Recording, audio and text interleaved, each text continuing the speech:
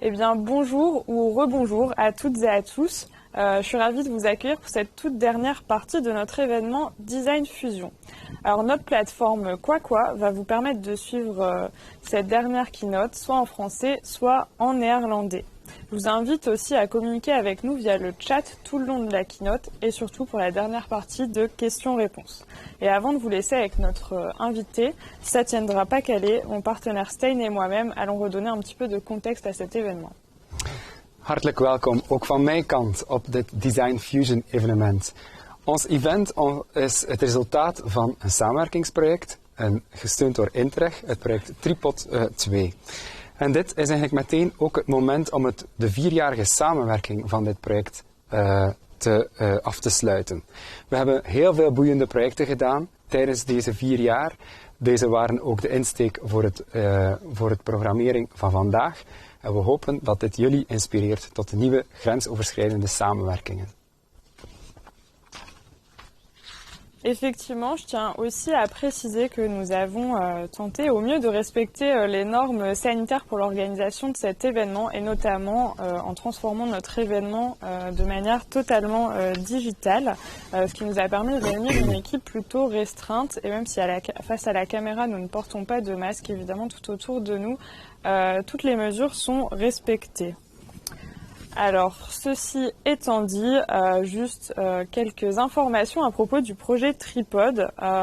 Et peut-être certains d'entre vous se disent, eh bien finalement, qu'est-ce que j'ai pu louper pendant ces 4 années? Eh bien, Tripod, c'est un projet collaboratif qui réunit 12 partenaires des Hauts-de-France, de Wallonie et de Flandre autour d'une ambition commune, celle de mettre le design à disposition des entreprises pour les aider à améliorer leur compétitivité et à innover, et aussi celle de rassembler une communauté de designers transfrontaliers.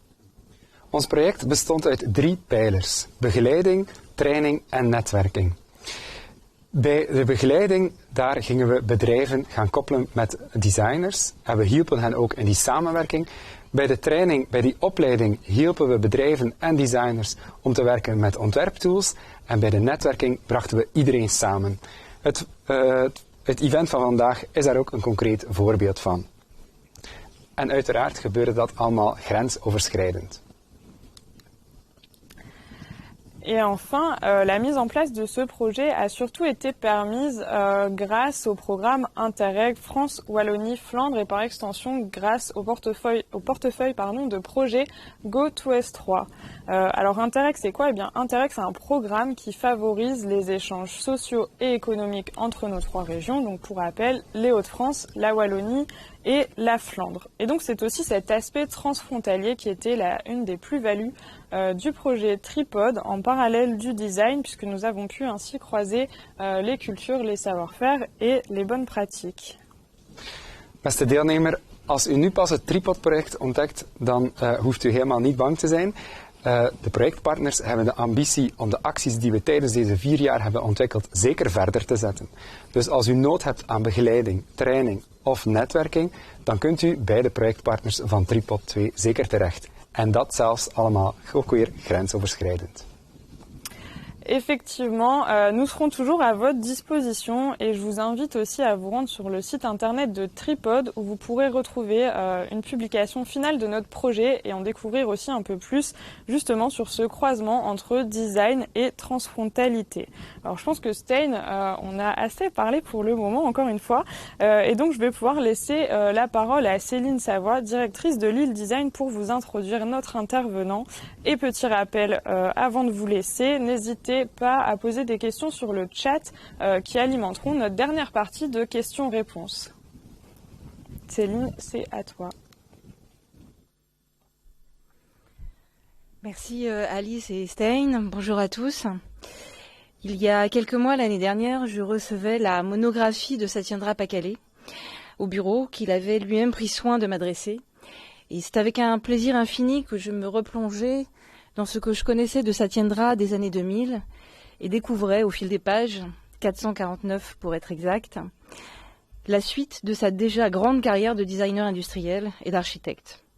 Chapitre d'ailleurs enrichi de nombreux témoignages et contributeurs prestigieux tels que Alberto Alessi, Giulio Capellini ou encore Paola Antonelli.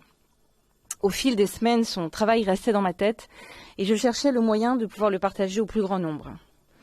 Au-delà des centaines d'objets pensés et conçus par Satyendra, l'intérêt de le faire témoigner ici est véritablement comment il envisage sa pratique de designer et comment il expérimente le monde via les projets développés dans les nombreux pays et continents dans lesquels il a officié.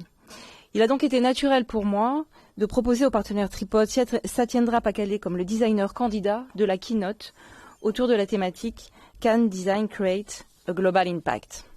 Alors je vous livre ici rapidement quelques indications biographiques concernant son parcours.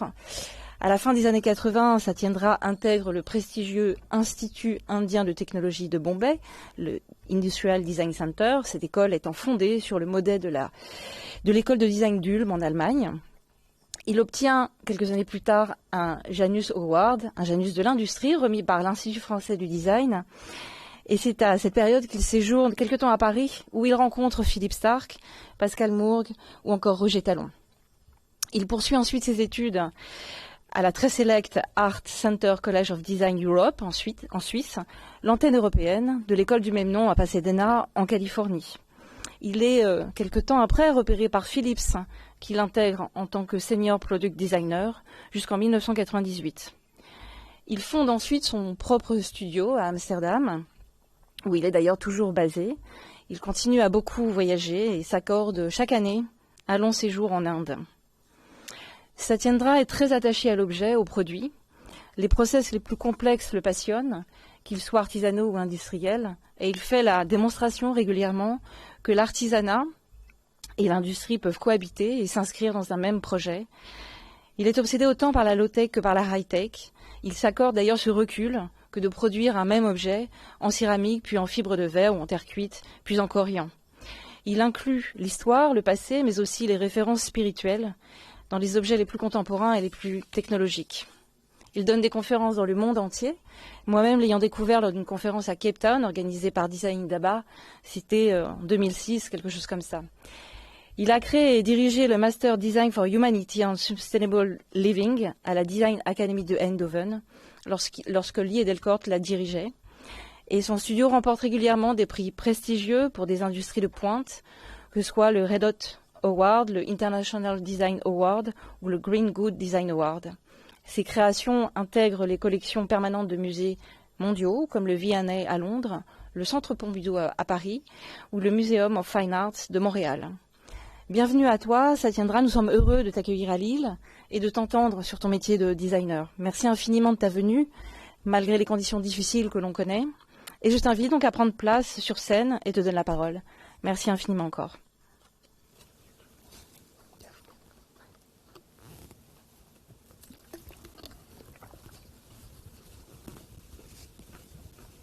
Thank you, Celine. Thank you for the introduction. I'm very happy to be here in Lille after many, many years, after 15 years. It was wonderful to do a great project here in 2006, and it is excited to be part of this event, which is a cross-border collaboration, something which I dearly cherish. And talking about design and how it could contribute or create a global impact. Of course, the simple answer to that is yes, design can and should and must create a global impact. It's easier said than done because one cannot set out to create impact. One cannot set out to create a great design, or one cannot set out to create a great classic, if you like to create one. I think it is a continuous practice. Design is, for me, a continuous practice of questioning and re-questioning, making, and that culture of creation itself is a primary foundation on which the design is based on and with which one creates. And I think with that kind of a zeal of asking questions and primary questions is what the foundation of design I believe in terms of creating something meaningful and hopefully something that will create impact. Now, that aside, what is, I think, really primary thing to understand when we talk about design, in my view, is the ideas. Ideas are actually reflection of one's thinking, one's worldview, and these ideas, unless they are transformed or massaged into reality, and that is the process of design. One could not create those kind of possibilities, new possibilities, what design stands for, and create possibly impact eventually. Now, whether something could create or not, one doesn't have to bother about those things. What really matters really is the actual act of creation. And here I'm going to share you some of the projects. Those are carried out over quarter century, almost 25 years now to date. And to show the relevance of some of those ideas, how they became more important now than before, or one could also say some of those ideas may be relevant, not relevant, what really becomes evident in these years actually, that when you create something, you never know where it will land up actually, what it eventually will become. What you really do is actually understand the historic context, question the primary sense, and with the rigor and with the great zeal for genuinely doing something humanistic, you create. For me, in that sense, design is indeed primarily a humanistic cultural act. And when I talk about humanistic, I mean a secular humanistic act. In that sense, design is very much a universal language. And design, in that sense, is a part of every facet of our life, actually. Sadly, though, it is understood only in terms of objects, or only in terms of so-called design thing, whatever that means. I would try and show here a way of thinking, a possibility where one could ask these questions and understand how things could be. Now, I would start with a project done in 1996, that is 25 years ago, called Watch Me X, that is the nomadic health monitoring objects. Now, when these things were created, none of these technologies really existed, but the problem still is valid and existing in terms of the allergies we all have, in terms of the pollen count, or we have allergies related to the pollution and smog, or allergies related to traffic and, of course, the pollution that comes with it. Something like, again, the pollen count, or something from the UV radiation, the exposure to skin cancer and those kind of things. Now, how one could monitor our environmental condition, that one could get, let's say, feedback on this. This was one of the conceptual ideas way back in 1996, where on what you see on the extreme left is the one for the smog. Then for the second one is for the pollen, and the last one is for the UV radiation. Now, these ideas were envisioned when these technologies were still in a state of infancy. They were not really real that time. They were in a process of happening. Now, these technologies are very much available for anybody to implement, apply, and they do still make sense.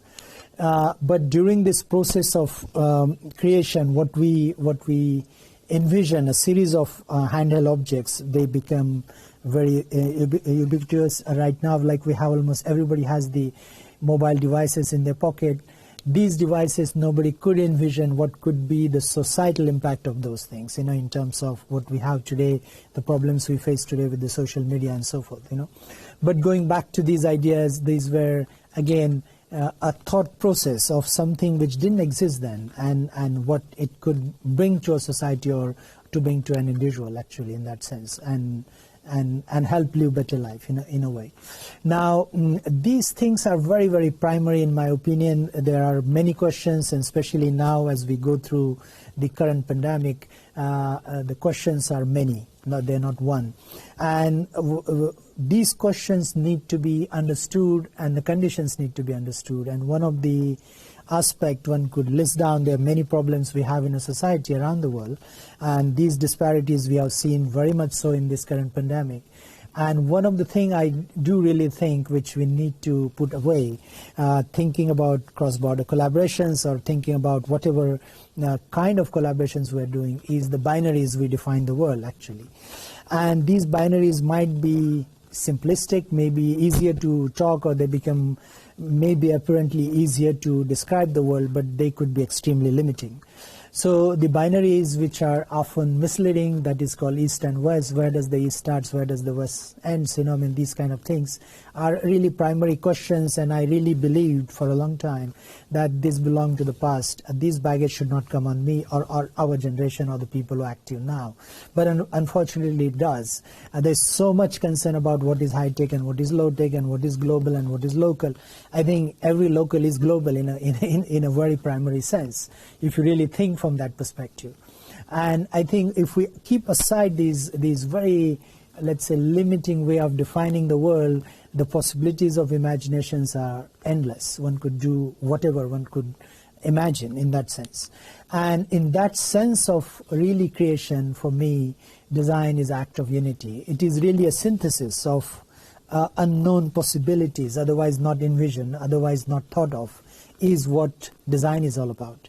Now, thinking from those perspectives, profoundly design to me is based on the ideas, the world perspective, the thought we have, the emotions we have, and these ideas are often extremely fragile, delicate, and the foundation of those ideas ought to be, in my view, if we really thinking about creating something for the built environment or the entire ecosystem. So the ecosystem meaning everybody involved, including birds. So in that sense, the common good is a very, very primary consideration. If we don't have that consideration, it can backfire. And what we see in a current pandemic, which is very, very, very evident, is that unless we take care of all sections of society, even in the self-interest of the people who have the possibility, the society is not safe. And there are many examples. I don't need to even cite one single example. We've seen in our face all these realities just months before, and they still continue to unfold in front of us. So design in that sense is to build the society, in my view. It's not the other way around.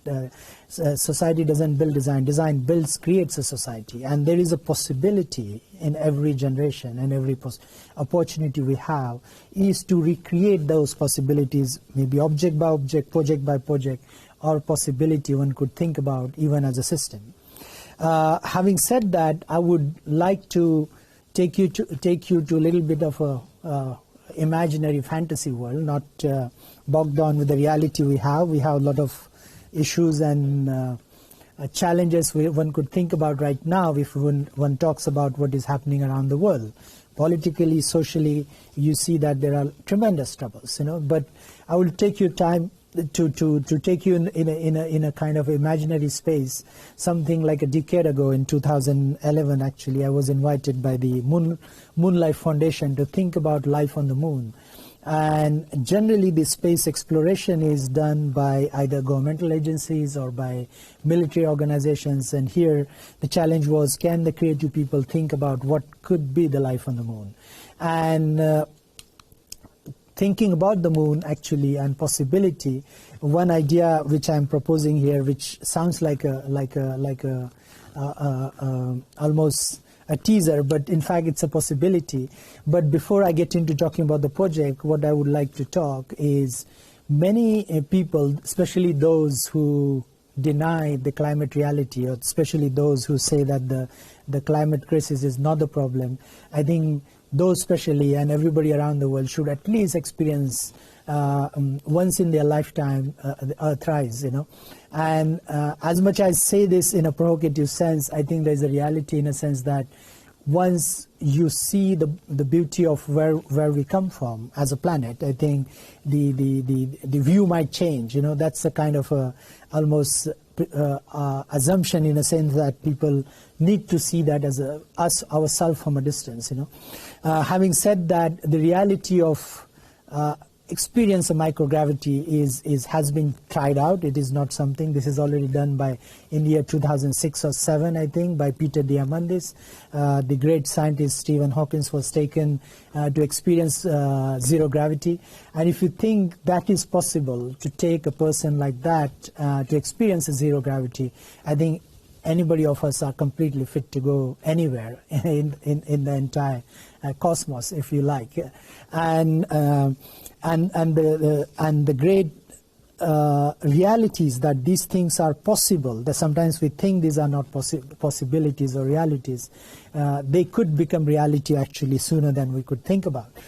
But that aside, I had a very amazing meeting with Peter Diamandis visiting us at the studio. Those conversations led to getting into all of these things and finally thinking about a project for the Moonlight Foundation where can there be a vehicle or a human-powered vehicle, that's a bicycle if you like to call it, for the moon actually.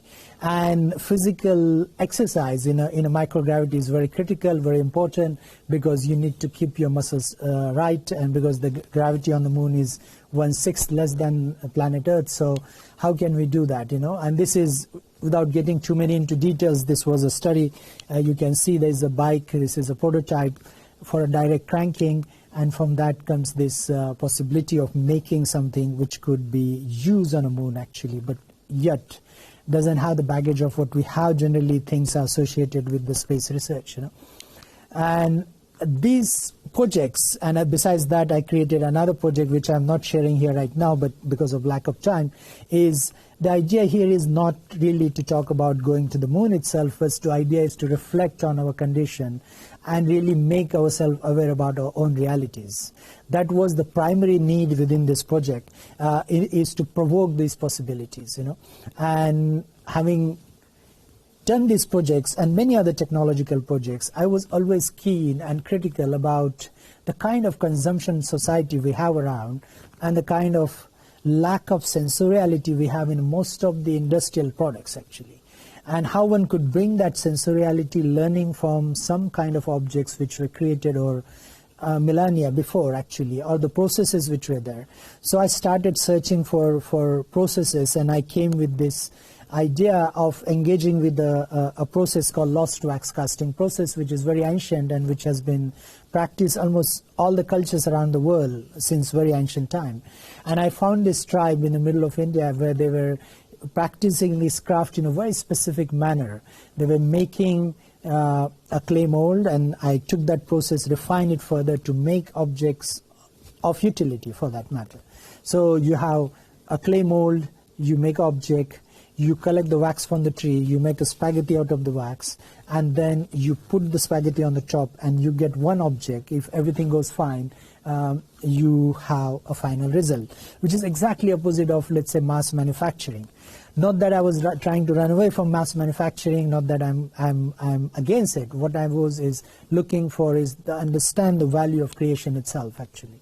So you heat up the wax, you create the spaghetti of the wax like you see here, and then you place that wax very articulately to create what you create, and then you cover it with the clay and you heat it up, the wax burns away, and what you get is a metal object, it's bronze. Now, this was a very important exercise for me personally to understand the nature of creation of object itself, to understand the value of object, to understand the symbology of object in a given life, and so forth, Now, these exercises were very critical. They were early exercises as I started independently working, and that led one leading to another. I wanted to create a big object. And from that led to a symbolic piece of which became a BM horse. The same process we could not really employ, where here there's a natural wax. So we had to develop the new kind of material, new kind of process. Now, thanks to one company close to Pesaro, they collaborated. We created a new kind of let's say, rubber combined with some synthetic plastic to create the kind of flexibility we want. And from that, after remodeling and casting, which took us 7 years of work actually to create that piece actually. Now, that was a seminal piece of work in terms of exercise, in terms of making itself, and the value of making in terms of a creation of object. That was a very important lesson in this process of creation. And while thinking about these things, what becomes also apparent that in an industrial culture, we lost the symbolic nature. Now, symbolic does not mean the symbol has to represent something, but there are associations one could create, and I think we need those new symbols and new possibilities, which often are missing. And that is exactly was one of the driving force behind creating and trying out these things. Now, leading from this thing, this is over a span of 15-20 years these objects are created. This is the last generation, third generation, where you see the object the form of the object evolves from the process, the opening, the contours, the asymmetry. Now, what we call it is post three-dimensional 3D CAD objects, means you cannot envision them in even the latest CAD. You cannot envision them the way you want it. You can remake them, but you can't make them. This is what one has to understand in terms of making process, actually. And that is only possible thanks to this process. We cultivate it further and further to get to the kind of results we want, actually. So this, having talked about these kind of processes and products, that was never an idea to run away from mass manufacturing or industry or think about, because industrial collaboration is a very important thing. The contribution in a given society from industry is extremely significant. One cannot underestimate that. But also the mistakes that led to pollution, led to problematics, led to shallow consumer culture is also reality. One has to acknowledge. So that does not mean one has to reject industry, but one has to work with industry to take it in a right course of direction. That is the approach I personally believe in taking. Having said that, this is really an industrial design collaboration, a very intense collaboration with the manufacturer who has defined a new way of making certain things. Now, what I mean by new of making is often the processes and the things, how things are done for centuries, they continue, and then there's nothing wrong with that, those kind of traditions. But once in a while there's somebody comes and who recreates a possibility. Here, a company called FIAM taking an industrial produced glass, a glass which is often used in architectural setting, to create everyday objects and furniture. Now, glass, as we know, is a natural material. It's a very long-lasting material, and it's a very strong material. It's also fragile in some sense, but the way it is treated is also extremely durable.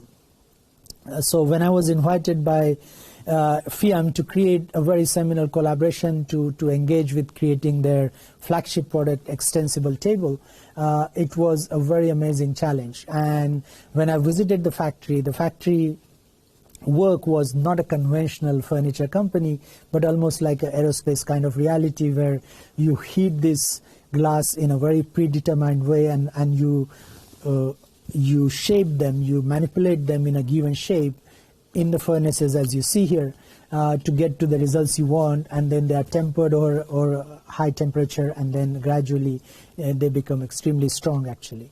Now, when I wanted to think about the glass, which is extremely technological, I was really very, very, very driven and fascinated by one very keen observation by Hannah Arendt. She, being a political philosopher, talks about how table is a humble object which brings the people together. And for me, that was a very, very amazing insight by somebody who's not into object making or a designer or somebody who creates, but who observes and reflects on a human condition, talks about an object like table, which is a social object, which brings people together and remains invisible, as she describes. And I was set out to become something really genuinely invisible, metaphorically as well as in reality. Can one create almost an invisible table, actually? That was something I set out for myself to think about. Now, these are very big industrial operations. There's significant amount of investment there. There's a technology involved there. That's a water jet cutting of the leg of the table. Then there's a bending, there's a testing, all of this thing, because eventually the object has to fulfill all the safety requirement in any international context. And the idea I wanted to create was a very compact mechanism, which is almost like a jewel on a table, and it's from 2 meters it becomes 3 meters, actually. And when you explain this kind of possibility, and when you don't have actual prototype that is working, of course no industry believes in it. Nobody believes in it. Of course they think, well, this is just a fantasy idea from a designer. Of course it took a lot of work, prototypes and things like that, to create eventually a product that really works. That's one of the last thing. From 2 meters it becomes 3, and the mechanism, which after making several ways how one could fold the table, this is one of the final way the product works. And each aspect of the project is defined, each aspect of a project is thought through, and to create a possibility where, if you look at it, create the table, which really, when you have a 3-meter big table in a space, it occupies a lot of space. In this case, it really becomes almost invisible. So that's the 2-meter long table, and when you click open it, it becomes a 3-meter long table. And when you sit around it, it almost disappears physically, literally, you don't see it.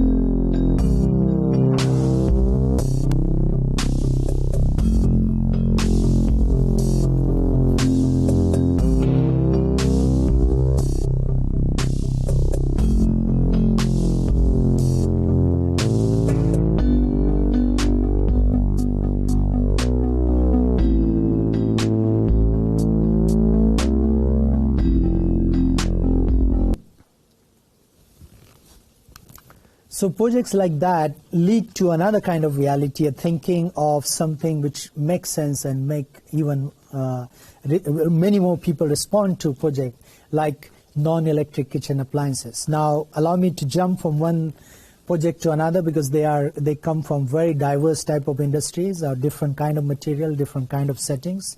But just to provoke imagination and allow the audience to think of possible possibilities one could create with design, here are some examples.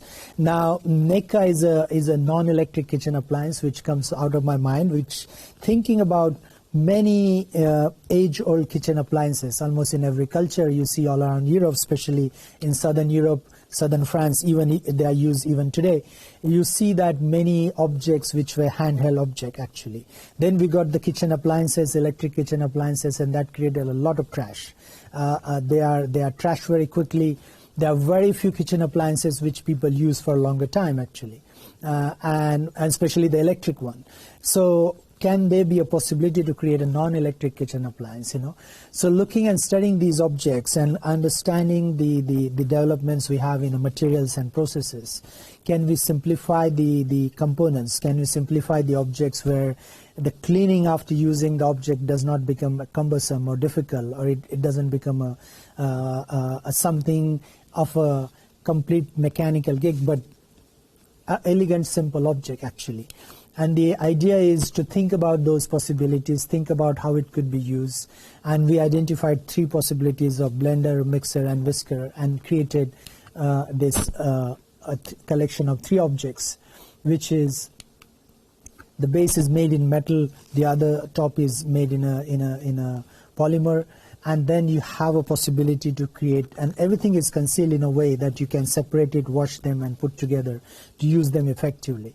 Now, thanks to the kind of developments we have in material, the amount of effort it takes to use this object is a lot less than comparatively what you've seen as the historic manually operated objects, you know. Now, this kind of thinking actually before, when it was spoken about, very few people responded.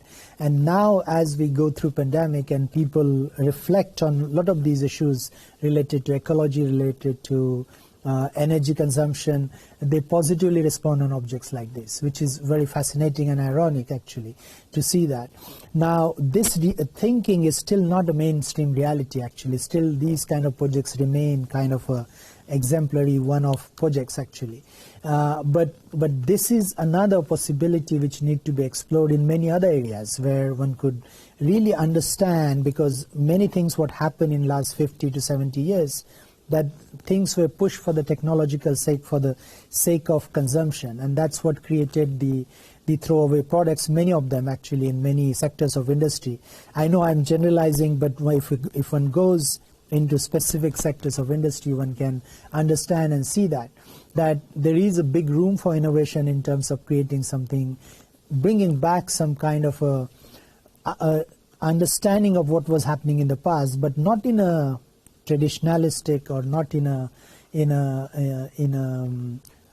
let's say rhetoric manner, but genuinely think about what are the new application of material and how one could bring that to reality and still have a possibility of creating object that is contemporary, that suits our life now.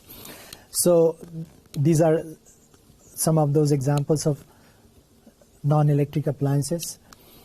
Now from here I jumped to a project with a very big corporation, big company, from Italian company, Poltrona Frau. Again, this was a project which had a huge weight on the shoulder of a designer, in a sense that this was to design an armchair for their centenary celebration, to celebrate 100 years of the company. Now, this is the product they still produce since last 100 years, you know. Now, 100 years ago, it was quite cool to smoke a cigar. You had a gentleman's club. Even if you go to many train stations in France, you find the big grand cafes, and that was the reality. Now, today, smoking is uncool, but still we have this kind of a reference. And I was really thinking, if this product, which is manufactured by the same company, 100 years when it was conceived till now, and when I'm asked to think about a product which could hopefully last. I mean, this is very risky thing I'm saying. Nobody knows what will last, even for tomorrow. So it becomes very interesting exercise to think about what could be a possibility, what could be a long-lasting possibility. Now, when you think about long-lasting possibility, the materials become important, the processes become important, but above all, having thought about all those things, what becomes really important is what is the language of a product that will hopefully last for that long? And that's a hard question to answer, and that's really a self-imposed challenge. One could say that was not a part of the brief, and from there, what I was really set out to do, what could be that personal space that one could have as an armchair that is really suitable for us now and for many years to come, actually. So there are no gimmicks, there are no technology that you can press button, this happens, that happens, because those technologies, what they look like very advanced today, within no time they will look extremely primitive if you look at how the technological developments happen. So everything is really very basic and physical, the ergonomics, and what I came out with is to have a lap tray on which you can sit and use your mobile device. You have a side table, you have a poof, so you can basically use it for as long as you want, and it has just the basic ergonomics, you know. Now, the idea of a saddle making leather, to bring that kind of innovation into making of the piece like this, became the real issue, and that became the main image of the product, you know.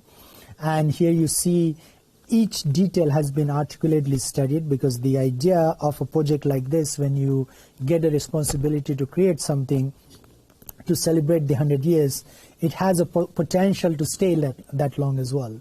And that is, having no pretension about this, I say with all humility, it's the most toughest thing to do. And here you see every detail, you see the ergonomic studies, many prototypes, and from that you get the final product. So that's in production for quite some years now, actually, since 2012-14, actually. So the question is, again, here is a different kind of a continuation of heritage, but asking that primary question, what is relevant for today, actually. From there, I go to another project, which is very recently conceived and finished during this pandemic time, that is the last year.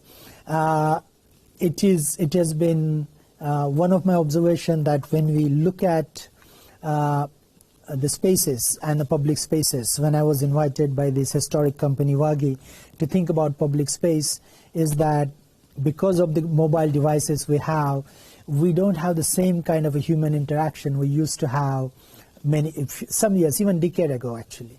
So that means everybody's stuck in their mobile phone and nobody really engages in a physical environment.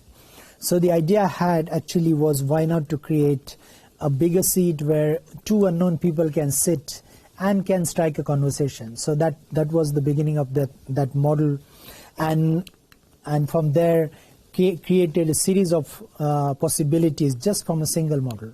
So from one model, actually, one could have many possibilities.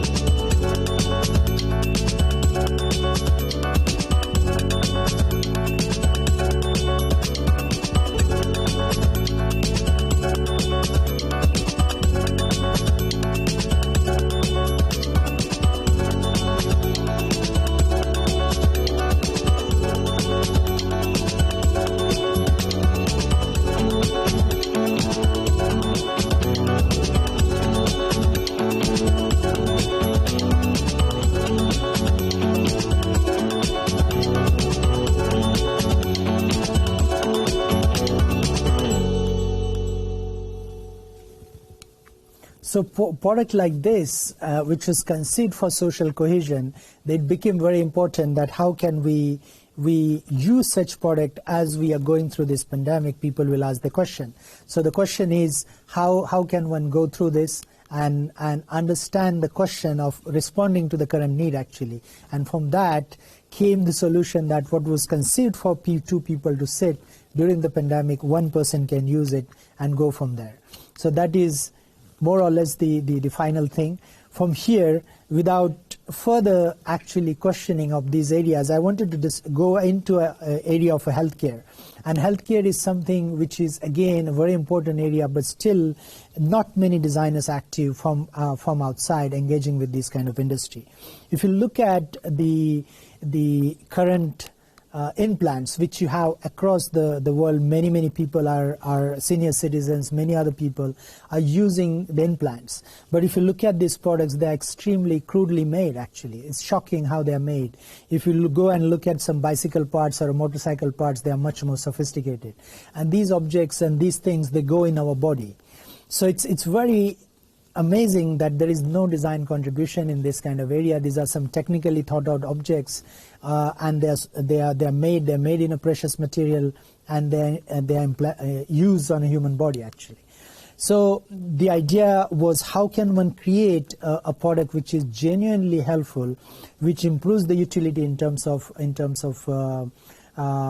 its use when the surgeons use it, how it can support the bone and the body in a both in operational sense as well as for the patient or the individual when he or she uses it.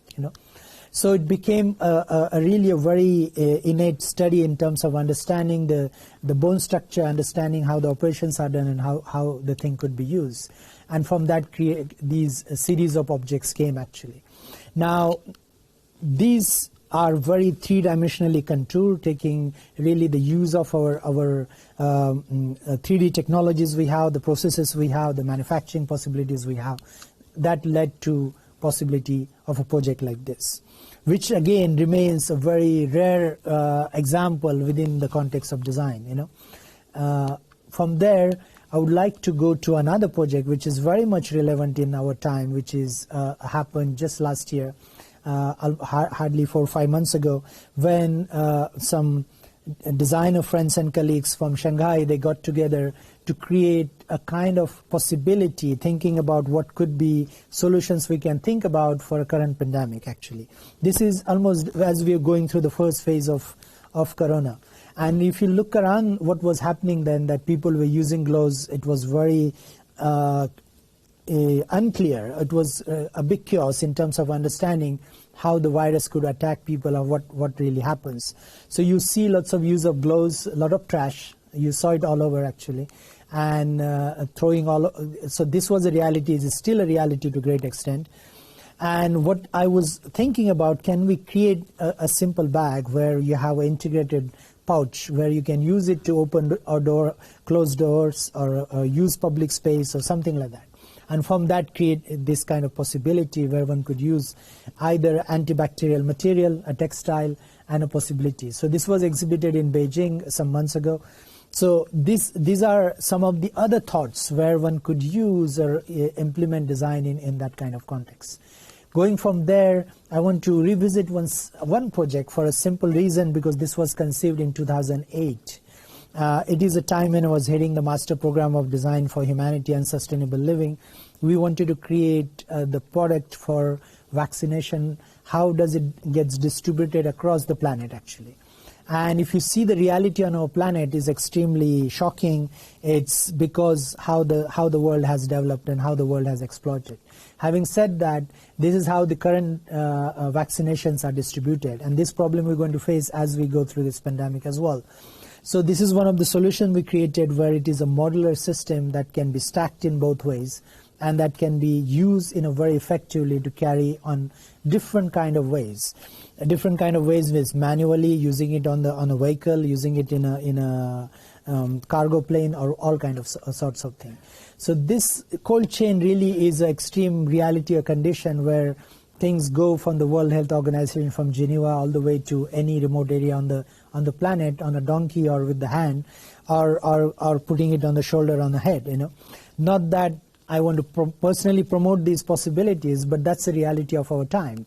And we need to respond to those realities. And that's how the stacking could be, and that's how the way the communication for anybody to use it on the planet is there. And one of the possibilities is that it could be used also carrying on ahead. I totally against carrying something on ahead because that's not ergonomic, that is not healthy for people to do it, but that's the reality of our planet. So that has also been taken into account. Now, seen from there, the last but not the least, I would like to conclude with one project which hopefully connects the dot with the talks we are having and the conversations we are leading to, is a radiator. Now, radiator has a very much a history in the previous pandemic. If you look at these radiators, these were created for during last pandemic. They are not completely created for that, but the awareness of creating a healthy and let's say fresh environment for a living where one could heat up internal space was very much a contribution of that time. There was a fresh air movement. One could heat up the air, put next to the window, and the windows can be open. That was the kind of idea. Now, this is almost a 100-year-old product, which is still in use in big part of the world, actually, where heating is required. Now, the idea, as the pandemic was unfolding that time, led to this kind of adaptation and let's say, contribution of design to the bigger society. Having said that, fast forward to early 2000, I was invited to create this radiator, and from that led to this possibility, which is a modular radiator, which is where I wanted to create a radiator which air passes through, and from that brings a possibility to create less energy. At the same time, you effectively heat the space without really losing the energy on a wall. So this is an industrial product which has gone through a series of development to become an industrial product, and finally that is the end result. Now, this is a kind of object could only come through when you ask a primary question, and that is the end result. So I do believe design has a potential to contribute in a wider sense, and one could do that only if we ask a primary question. Thank you.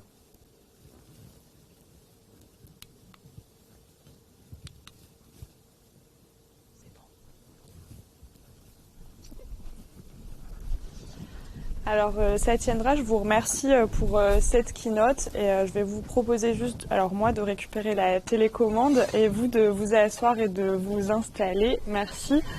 Pour qu'on puisse passer à une session de questions-réponses. Et donc je vous invite tous à poser vos questions sur le chat pour qu'on puisse les recevoir.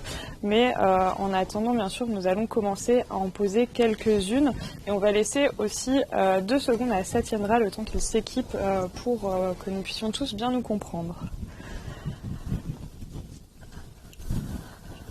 Ja, oké. Satyendra. Dankjewel voor deze interessante en inspirerende keynote. Dankjewel om ook met je producten de linken te leggen met de uitdagingen van de wereld. Maar ik denk dat een van de meest prangende vragen die we allemaal hebben is, wat is uw visie eigenlijk van de invloed van het coronavirus op design?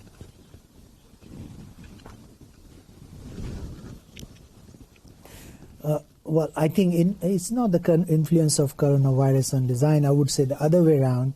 What design can contribute to the troubles we saw within a society, that we can address them actually. The other way around, rather than Corona having influence on us. I think we need to be in a driving seat to change the reality. So the idea is if we understand what, in a genuine sense, what design can contribute. In that sense, I think we need to understand what are the problems we have in a given society or the troubles we have. And I think address in a very broad sense. And in that primary sense, the current corona situation is an opportunity, just like what was happening in the last pandemic, that we could create a possibility where one could create with the greater positive impact on a wider society, something that addresses those needs actually, rather than thinking what corona can do. Mm-hmm. Yes. Yeah.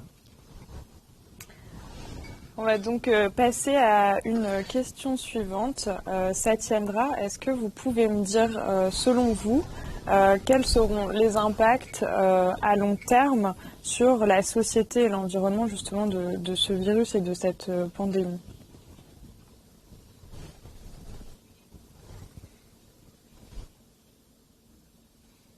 I think the long-term impact should be a positive impact that I mean, it's up to us what impact we want to create, actually.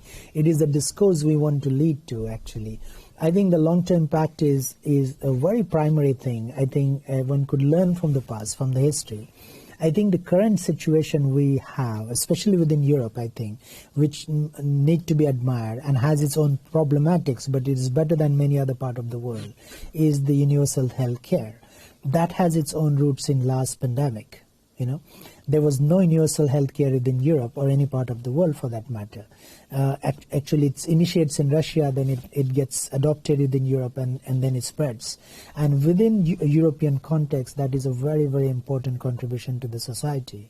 I think what we need to really realize, whatever the political beliefs are, whatever the ideologies are, whatever, keeping all those aside, what we need to understand and agree on, that is very, very primary, is that nobody is really safe unless we take care of all sections of society. And this kind of a situation, a pandemic, is a very actual evidence of that. And unless we realize that, and I think that is the biggest lesson we have, that the happiness of everybody, it depends on the welfare of all. And unless we understand that, I think we will not go anywhere from this pandemic. And I think that's the primary thing we need to take from this. And that can be then implemented in all sorts of policies and situations and problems. And I'm not saying, and I'm not glorifying, that there are no situations, and in each European country and societies there are troubles. And some of them are exposed recently, you know, that the Netherlands government has resigned for whatever reasons, you know. And there are such similar situations in other countries. I'm not saying there are none. But the situation is, compared to many other parts, is a bit better. That does not mean one has to relax and just sit on that glory. I think the idea of this thing is to show the leadership and create new possibilities, which hopefully becomes exemplary possibilities for the rest of the world as well. Mm. Okay, thank you. I'll take the next question in English, because I think it was asked also in English, and I don't like the Dutch translation I see here on my screen. But so the question is, we have sensed your desire to develop products that meet the needs of users. Of course, I think it's the core of what design is. But in your studio, how do you get the users to question you? And how do you understand their needs? This is a very, very, very important question. And in last 10, 15 years, I know you probably heard the thing called design thinking, you know, and that is overused and misused. And then people say, hey, there was one, whatever the term come from, with all due respect to people who created it, I think, and then created all sorts of things. And if you really look at the history of design, every 10 years or so, there is a new term comes and everybody uses it like there is nothing else, or there was nothing before and there will be nothing after. And 10 years later, they forget about that, there's another term comes. The reason I'm saying that, please bear with me, is because to me, design and a designer is profoundly a person or individual or a team or a group of people or a group of organizations who are continuously engaged with this situation, continuously asking questions, continuously observing society. That is not because I've been given a project and I started asking questions. No, it is continuous. It's a mindset. It's a culture. It's a way of life. It's a way of thinking. When you have that, you continuously engage questions, actually. And if you ask every user need and everything, I mean, you cannot ask every grandmother, with all due respect to our grannies, that they can think about what is the new possibility. It's not their task. It is not their job. They cannot be bothered by that. And the classic example of that, if the first automobile was made, if the people would have gone that time and asked everybody around what kind of user experience you want, they would have said, I need a faster horse. You would have never got an automobile. This we know. We would have never gotten, those who remember Walkman, You would have never had iPod. We would have never had iPhone. You would have never kind of devised I showed the first project, the health monitoring devices. You could not go in 1996 and ask anybody what will be that thing. Mm-hmm. They cannot. That is not their task. Mm-hmm. I cannot expect a heart surgeon who is operating on me to go and ask people, hey, how do I cut you? That is his professional proficiency. So for me, this is an absurd question, actually. It is in my, actually, capacity. I have to take all the responsibility and also the doubts and also the people I would like to engage with. So the question is not that you start doing research because you have a project. It's a continuous activity. Mm-hmm. And not to underestimate the ethnographic research and all of that. I mean, that has to be continuously happening. But that's not the result of a project for me. So I differ a big time when people talk about this as the core thing to create, and then all kind of question come co-creation and this and that. I'm not against that, but that has been there as long as the humanity has been there. That's not new for me. You see what I mean? Yeah. So that's why these questions for me are irrelevant, because they respond to, hey, this methodology, because the answer is not in a method. The answer is in your mindset. Because if you have a wrong mindset, you could never create what people really should have. Mm-hmm. So that's why I go back to the issue of ideas, to cultivate those ideas time and again and question them. The mindset. So I hope I'm clear on this. Yes. Yeah. Thank you. Of course you are. Thank you. So I will also switch to English because it seems that I have some trouble with translation as well. So I will go on to the next question. Yeah. And my question would be, so you express a need to develop products with like sustainable and objects. So do you feel that the industry has understood this issue and has adapted its strategy? I think the trouble of the industry is, of course, you find different people responding to the different things, actually, and there are very, unfortunately, as yet now, genuinely people taking time to engage with this and create something new are less. I think what we really need is both. We cannot say that the industry alone can do it. And if I really understand the organizations you are all engaged with, I think it's also responsibility of an organization to create policies and frameworks. And unless we have those policies and framework, the industry cannot respond. And we cannot also, I'm not totally saying the industry has to be totally free. I think within a given condition, we also need guidelines and frameworks.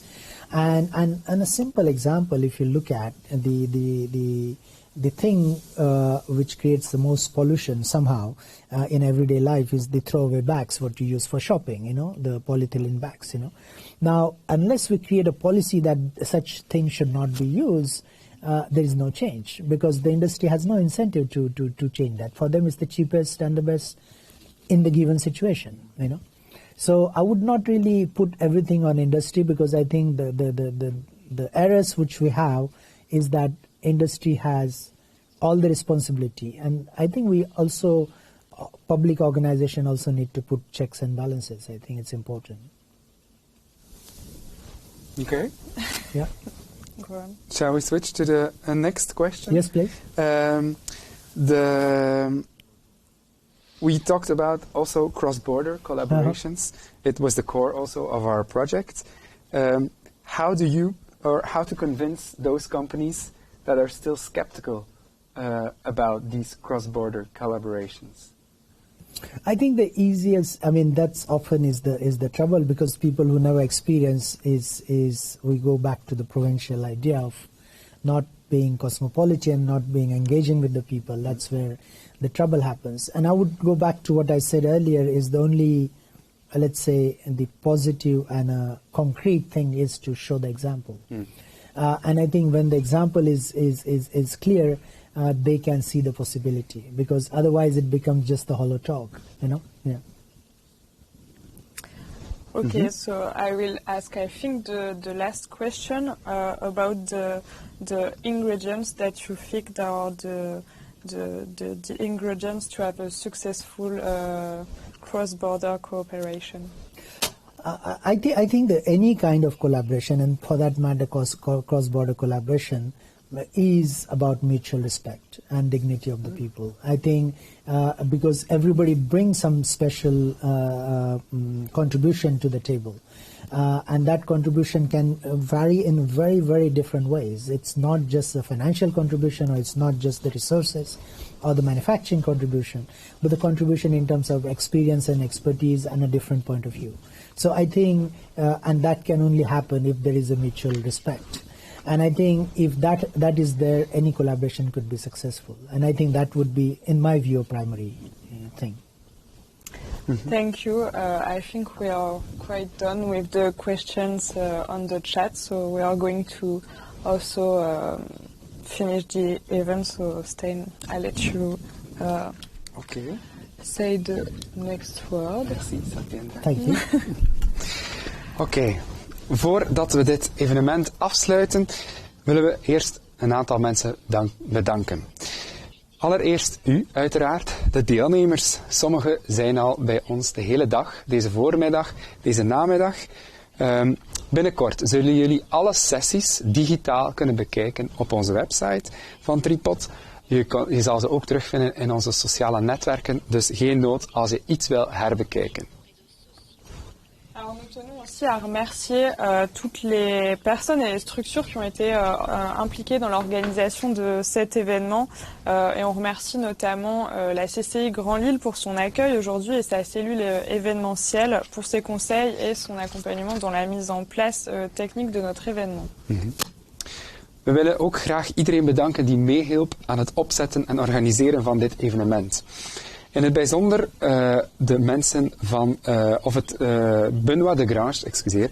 We willen hem bedanken voor zijn tussenkomst in de Pechakucha, maar ook als coach eigenlijk voor alle Pechakucha sprekers. Ook danken we graag de mensen van O-Medias. Jullie kunnen ze niet zien, maar wij zien ze al de hele dag. Zij hebben ons begeleid eigenlijk om dit evenement te digitaliseren. Een noodzaak in deze tijd. En we danken ook het team van Kwakwa. Zij waren de tolken eigenlijk om alles in de meerdere talen voor jullie ter beschikking te stellen. Tout à fait. Et je vais terminer en remerciant l'équipe Interreg qui du coup nous aide dans ce projet Tripod et plus particulièrement Isabelle Dumur, François Postel et Peter Laus. Je remercie également les partenaires du projet GoToS3 et notamment Hélène Caille que vous avez pu découvrir un peu plus tôt dans la journée. Et enfin, je remercie tous les partenaires du projet Tripod et en particulier Romain pour son accompagnement dans la coordination de l'événement, Chris pour sa coordination de notre workshop, Thibaut et Louise pour la coordination de la communication et enfin je remercie Stijn d'avoir accepté de co-animer cet événement avec moi. Avec grand plezier, Alice. Dankjewel, Alice. En het was fijn om met jou samen te werken. Dus dankjewel allemaal. Blijf zeker gezond en volg onze sociale media om de opnames te herbekijken. En graag tot ziens. Thank you.